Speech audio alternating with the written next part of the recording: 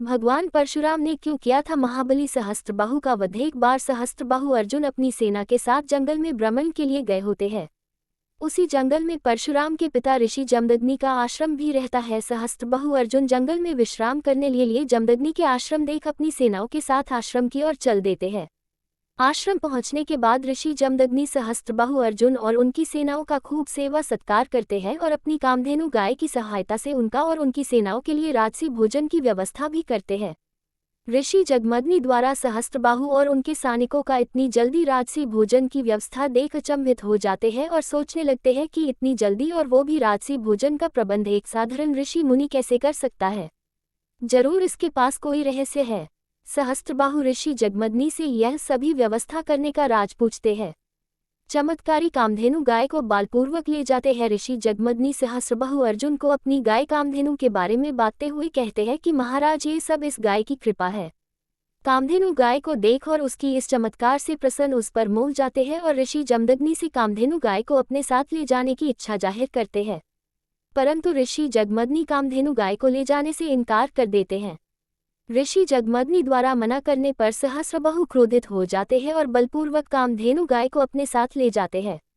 अपने पिता के अपमान सुन परशुराम क्रोधित हो उठते हैं। कुछ समय बाद परशुराम जब आश्रम आते तो उन्हें उनके पिता घटना के बारे में बताते हैं और यह सुन परशुराम अत्यंत क्रोधित हो उठते और अपना फारसू उठा सहस्त्रबाहु के नगर महिष्मति की ओर चल देते हैं। सहस्त्रबाहु कामधेनु और अपनी सेनाओं के साथ रास्ते में ही होते हैं। सहस्त्रबाहु परशुराम को अपनी ओर तीव्र गति से आते हुए देख अपनी सेनाओं को परशुराम को रोकने का आदेश देते हैं। सहस्त्रबाहु की सेना परशुराम को रोकने के लिए उनके पास आती है, पर कुछ पालों में ही परशुराम हजारों सैनिकों के रक्त से युद्ध भूमि को लाल कर देते हैं।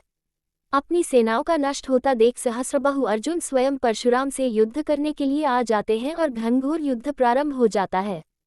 सहस्त्रबाहु का वध। परंतु सहस्त्रबाहु के लिए परशुराम के समक्ष टिक पाना असंभव ही था। सहस्त्रबाहु जब अपनी हजारों भुजाओं से परशुराम को जकड़ने के लिए आगे बढ़ते हैं तो परशुराम अपनी परिसु से उनकी एक एक कर सभी भुजाओं को काट उसका सर धड़ से अलग कर डालते हैं। सहस्त्रबाहु अर्जुन वध के बाद भगवान परशुराम अपनी कामधेनु गाय को लेकर अपने पिता को सौंप देते हैं।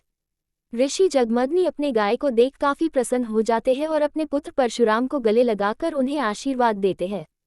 कहा जाता है जब सहस्त्रबाहु के पुत्रों ने अपने पिता का प्रतिशोध लेने के लिए परशुराम के पिता का छल पूर्वक वध कर देते हैं। जब जमदग्नि का वध हो जाता है तो उनकी पत्नी रेणुका भी उनके साथ अग्नि में लीन हो जाती है।